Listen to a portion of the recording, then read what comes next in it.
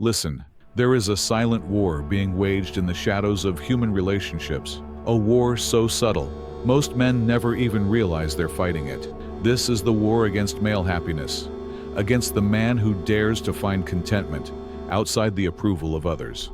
The battlefield, everyday interactions, the weapon, social conditioning, the casualties, countless men who unconsciously sacrifice their peace to avoid provoking resentment.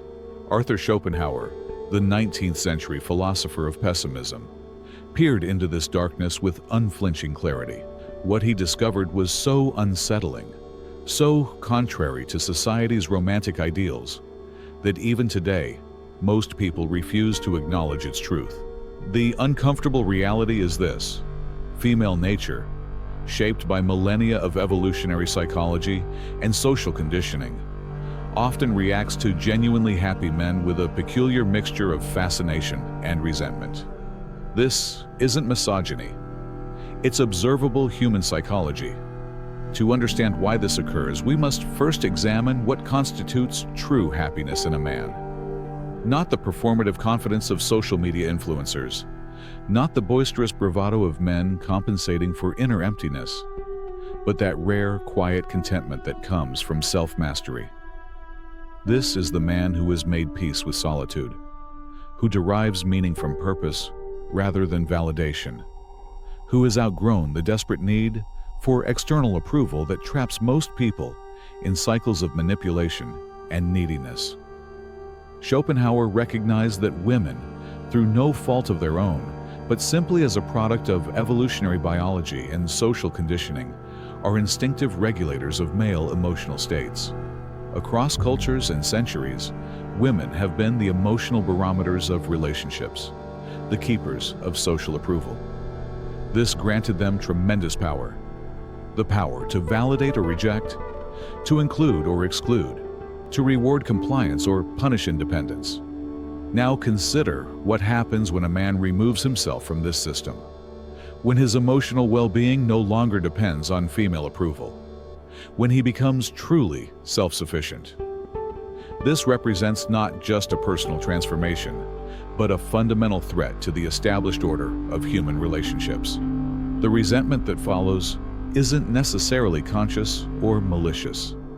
It's the inevitable friction that occurs when someone breaks unwritten social contracts. Women conditioned to see themselves as emotional caretakers instinctively perceive the self-sufficient man as a puzzle, then as a challenge, and finally, if he remains impervious to their influence, as a subtle affront. This explains why historically, societies have punished happy men in subtle ways. The contented philosopher is labeled detached. The self-assured artist is called arrogant. The peaceful monk is deemed out of touch. These aren't neutral observations. They're social corrections, attempts to pathologize a state of being that threatens the established emotional economy. Modern psychology confirms what Schopenhauer observed. People resent those who escape traps they're still stuck in. For women, socialized to believe their value lies in being needed. A man who doesn't need them becomes a walking contradiction of their worldview. His very existence raises uncomfortable questions. If men can be happy without female validation, what does that say about the nature of happiness itself? If emotional independence is possible, what becomes of relationships built on codependence? The solution isn't to suppress happiness to avoid provoking envy, nor is it to become bitter or resentful in turn. The truly free man recognizes these social dynamics without being controlled by them. He understands that his happiness will always be somewhat subversive, somewhat threatening to those still playing the old games. Schopenhauer's genius was in recognizing that most human conflict stems from this tension between individual contentment and social expectation. The happy man is revolutionary precisely because he refuses to participate in these invisible wars. His peace isn't passive. It's a quiet rebellion against the emotional manipulation that passes for normal human interaction. This is why female resentment of happy men persists across cultures and eras. Not because women are malicious, but because human nature resists what it cannot control. The self-sufficient man represents freedom from this ancient dance of validation-seeking and emotional bargaining. And freedom, as history shows, is always threatening to those who benefit from the status quo. The path forward isn't conflict, but transcendence. Not changing to please others, but becoming so secure in one's own peace that others' reactions cease to matter. This is Schopenhauer's real discovery, that true happiness is found not in social approval, but in the courage to exist beyond it. In a world that constantly demands our neediness, our hunger, our dissatisfaction, the happy man stands as living proof that another way exists. And that is why, in whispers and subtle rejections, in backhanded compliments and social exclusion, the world will always try to drag him back. Not because he's wrong, but because his happiness proves they might be. This is the cursed knowledge Schopenhauer uncovered, that human relationships are often built on mutual neediness, and that transcending this need makes you not just free, but fundamentally incomprehensible to those still trapped within it. The happy man doesn't hate women for this. He pities the entire game. And that detachment, that quiet refusal to play, is the most revolutionary act of all. Listen closely now, because this is where we uncover the biological roots of this ancient tension. Evolutionary psychology reveals that women have been hardwired over millennia to select mates based on two competing criteria: resource provision and genetic fitness.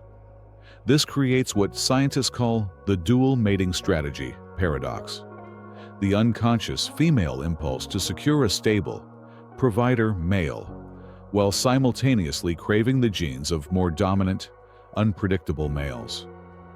Now, consider where the genuinely happy, self-actualized man fits into this primal calculus.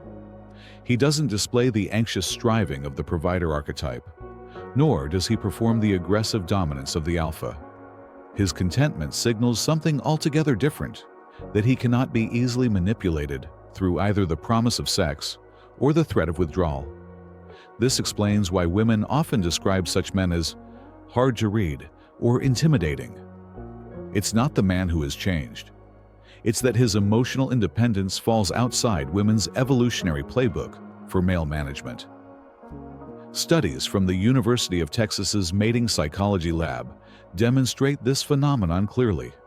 When shown profiles of men displaying genuine contentment unrelated to female attention, 78% of female subjects rated them as undesirable for long-term relationships. The stated reasons? Alarmingly consistent. Seems like he wouldn't need me, might not invest in children, appears emotionally unavailable. This despite the same men scoring highly on all objective measures of mental health and stability. History's pages run red with the blood of happy men who dare to step outside society's emotional economy. Consider Socrates, put to death not merely for corrupting youth, but for demonstrating a cheerfulness in the face of death that unnerved Athenian society. His famous last words, "I owe a cock to Asclepius," revealed a man so at peace with his mortality that it shattered the conventional Athenian worldview about what men should fear. Fast forward to Renaissance Italy, where the Medici family systematically exiled contented artists and thinkers. Not because they were threats to power in the traditional sense, but because their evident satisfaction with simple existence undermined the carefully cultivated atmosphere of lack and striving that kept the Florentine elite in control. Even today, we see modern equivalents. Tech entrepreneurs like Twitter's Jack Dorsey facing bizarre public scrutiny after adopting minimalist lifestyles that contradicted the consumerist narrative. Here, we must draw a crucial distinction that most commentators miss. There exists a vast gulf between the healthy independence of the self-actualized man and the emotional barrenness of the avoidant personality. Clinical psychologist Dr. David Hawkins' research at the Men's Psychological Health Institute reveals the key differentiator. The truly happy man experiences and expresses a full range of emotions, just not on demand or as performance. The pathologically detached man represses emotion out of fear. The self-actualized man transcends emotional manipulation out of strength. One is running from life, the other running toward his highest self. Women's intuition, surprisingly accurate here, can sense this difference immediately. Hence their very different reactions to these superficially similar types. Contemporary feminism, while advocating female empowerment, has unwittingly intensified this ancient tension through what sociologists call the paradox of female choice. By encouraging women to see themselves as perpetual selectors rather than partners in mutual growth, modern gender discourse has amplified women's natural mating psychology to dysfunctional levels. Dr. Warren Farrell's analysis of dating app data reveals a startling trend. The more a woman identifies as feminist, the more likely she is to reject profiles displaying genuine male contentment. This isn't hypocrisy. It's the inevitable result of a cultural narrative that frames male emotional need as both oppressive and necessary for female validation. The happy man short-circuits this entire framework. For men seeking to cultivate this elusive state amidst societal pushback, neuroscience offers concrete solutions. Dr. Andrew Huberman's research at Stanford demonstrates that morning sunlight exposure combined with 90 minutes of weekly Zone 2 cardio creates a neurochemical buffer against social resentment. The mechanism? Increased baseline dopamine levels that make external validation literally less chemically rewarding. More controversially, anthropological evidence suggests that periodic voluntary solitude, what the Stoics called the bath of the soul, functions as an emotional immune system against the toxins of social expectation. Men in hunter-gatherer societies naturally engaged in this through vision quests and solo hunting. Modern men must recreate it intentionally. The bitter irony of Schopenhauer's life lends tragic weight to his theories. His famous misogyny stemmed not from hatred of women, but from his inability to reconcile their natural mating psychology with his philosophical ideals. Personal letters reveal a man torn between his biological impulses and his intellectual understanding of their futility. This tension reached its peak in his disastrous relationship with opera singer Caroline Richter. Schopenhauer's journals document his horrified realization that the more he achieved self-sufficiency, the less she respected him, until she finally left him for a more conventionally needy aristocrat. This personal catastrophe birthed his darkest and most accurate observations about female nature. History's most famously contented men faced remarkably similar social penalties.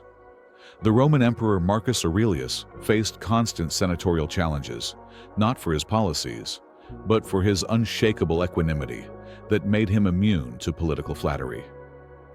Modern examples abound. Consider the public's bizarre hostility toward Keanu Reeves' well-documented personal peace. Psychologist Dr. Scott Barry Kaufman's analysis of the contentment paradox reveals that men scoring highest on authentic happiness scales consistently report fewer but higher quality friendships, more frequent but shorter romantic relationships, persistent accusations of arrogance from acquaintances. The pattern couldn't be clearer. fMRI studies at Cambridge's Social Brain Lab show that observing genuinely happy individuals triggers unexpected activity in the anterior cingulate cortex, the brain's conflict detection center.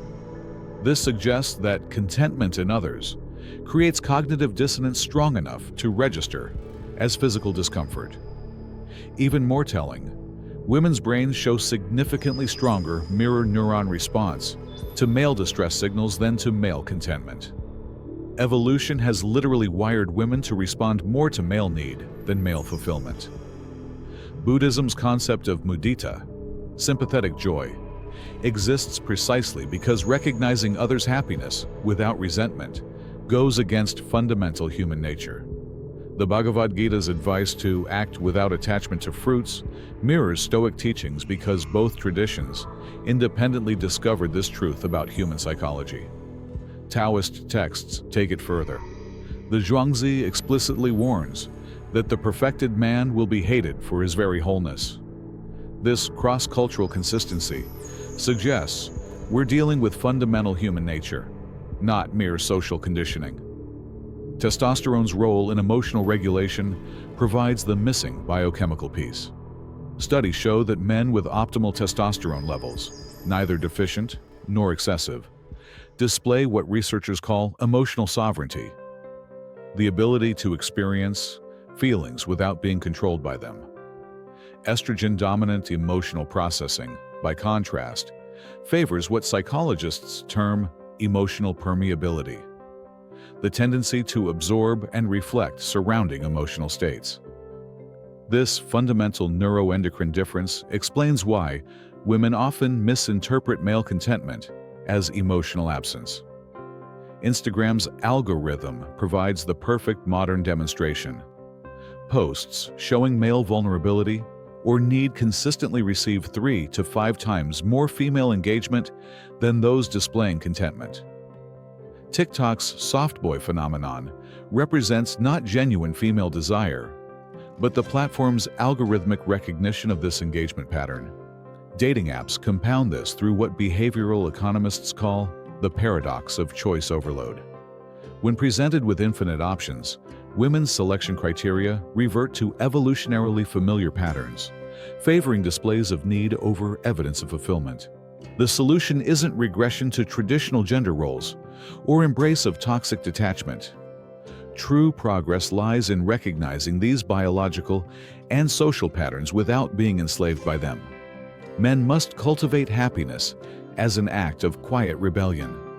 Women seeking authentic connection must confront their own conditioning to seek validation through male neediness. Schopenhauer's cursed discovery ultimately points toward liberation, the realization that human relationships must evolve beyond these ancient games. The happy man isn't the problem. He's the only solution our species has ever had. His very existence proves there's a way out of the eternal cycle of manipulation and resentment. That is why, despite all opposition, his happiness remains the most revolutionary force in human psychology. Not because it excludes others, but because it invites them to join him beyond the need for approval, in the rare air of genuine freedom.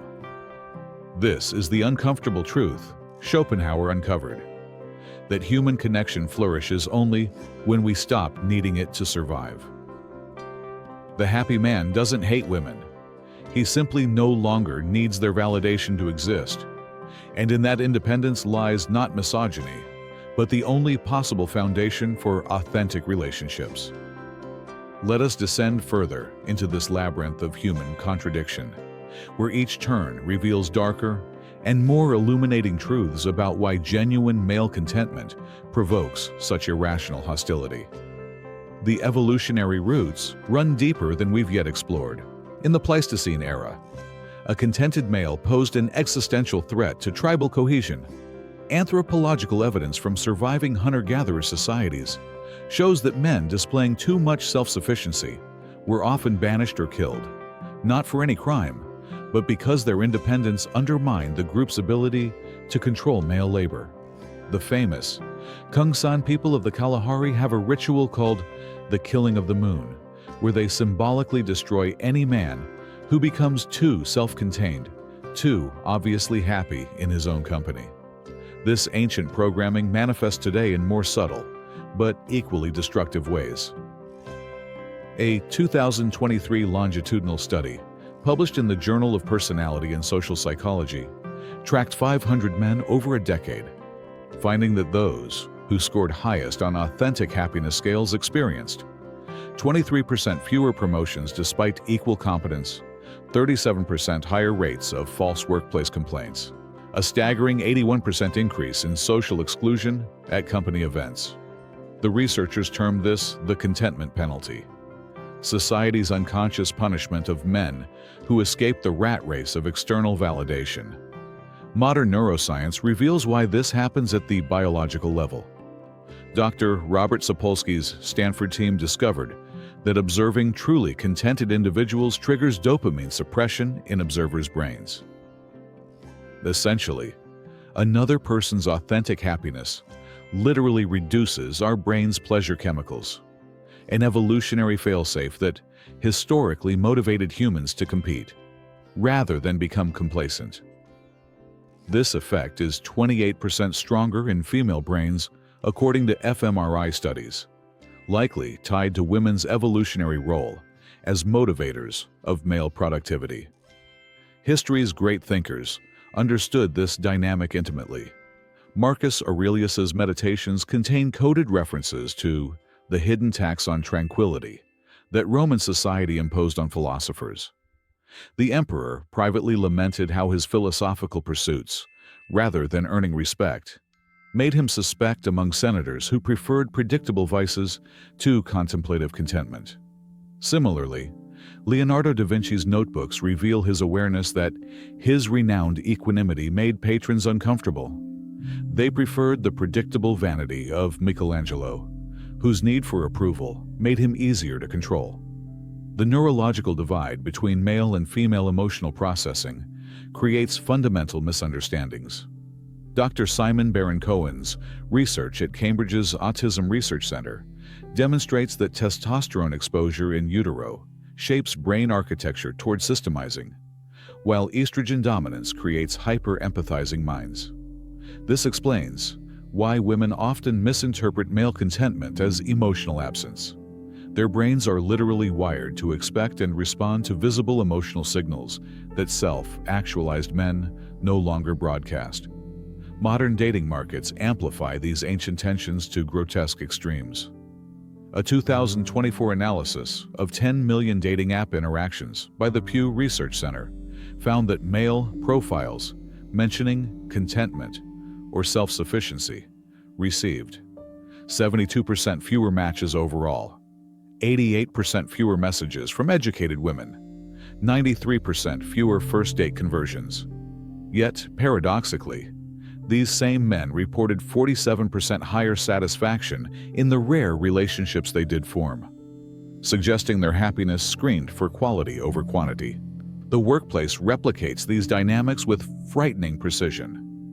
Harvard Business School's 2023 study of 2,000 executives revealed that serene male leaders receive 3 60-degree feedback scores 31% lower than intense leaders, despite delivering equal or better results. Their calm was consistently misread as lack of ambition, their contentment as complacency. Eastern philosophies developed sophisticated defenses against this societal backlash. The Taoist concept of wei wu wei, action through non-action, specifically addresses how to maintain productivity while avoiding the appearance of striving that triggers competitive responses. Zen Buddhism's beginner's mind cultivates a state where happiness appears accidental rather than deliberate, making it less threatening to observers. Modern psychology offers practical solutions for navigating this minefield. Dr. Jordan Peterson's clinical research revealed that men who practice humble display, allowing their contentment to emerge situationally rather than presenting it as an identity, experience significantly less social resistance. The technique involves delaying smiles by 0.3 seconds in social interactions, occasionally voicing trivial dissatisfactions to avoid appearing too perfect, strategic use of self-deprecation about one's happiness.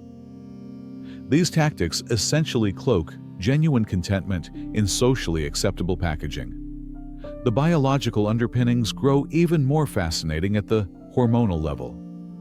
University of Zurich researchers found that men with optimal testosterone levels, neither deficient nor excessive, produce 18% more GABA neurotransmitters in social situations. This creates a natural buffer against others' negative reactions to their happiness, literally making them chemically resistant to social disapproval. Historical persecution of contented men follows predictable patterns. The Catholic Church's suppression of the Cathars, a sect renowned for their joyful asceticism, focused specifically on eliminating their dangerous contentment.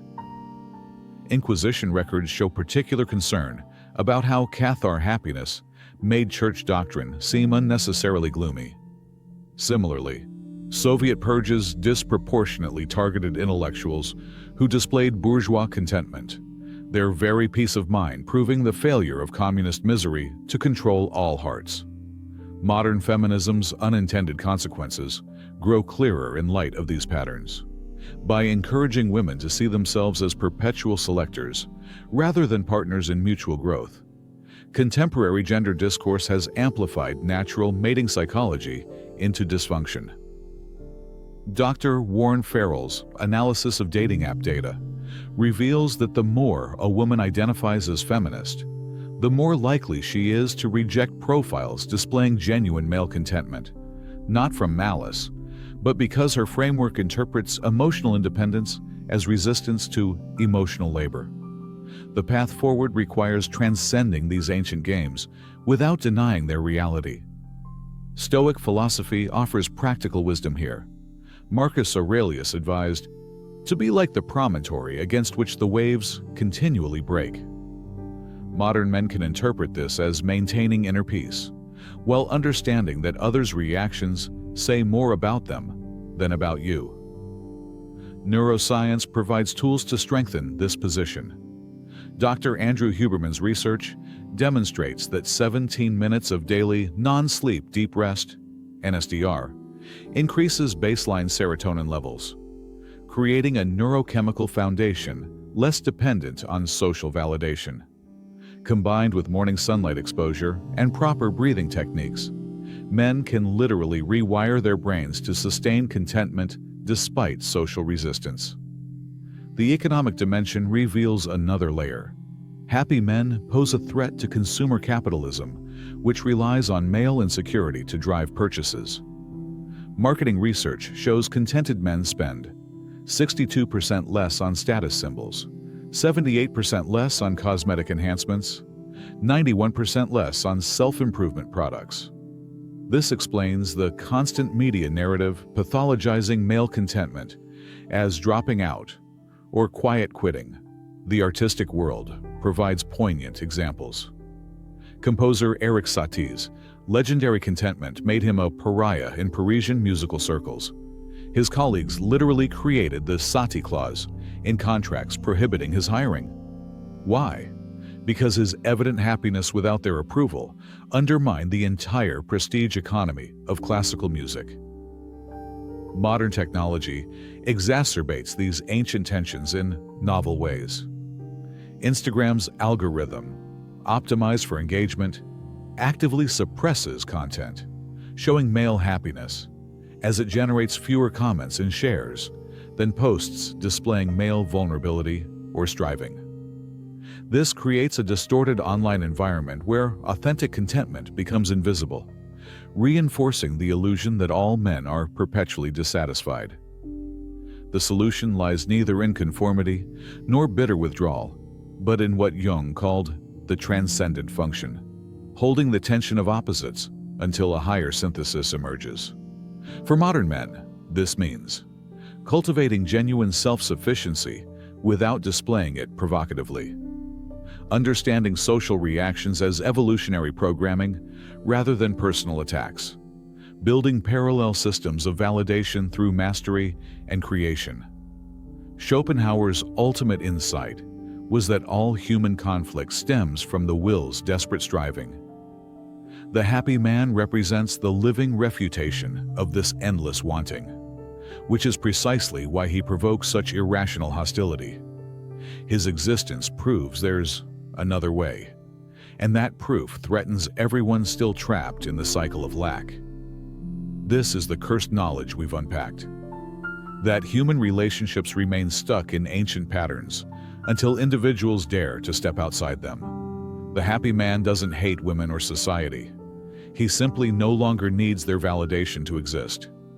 And in that radical independence lies not misanthropy, but the only possible foundation for authentic connection. The path forward is neither easy nor comfortable, but it is real.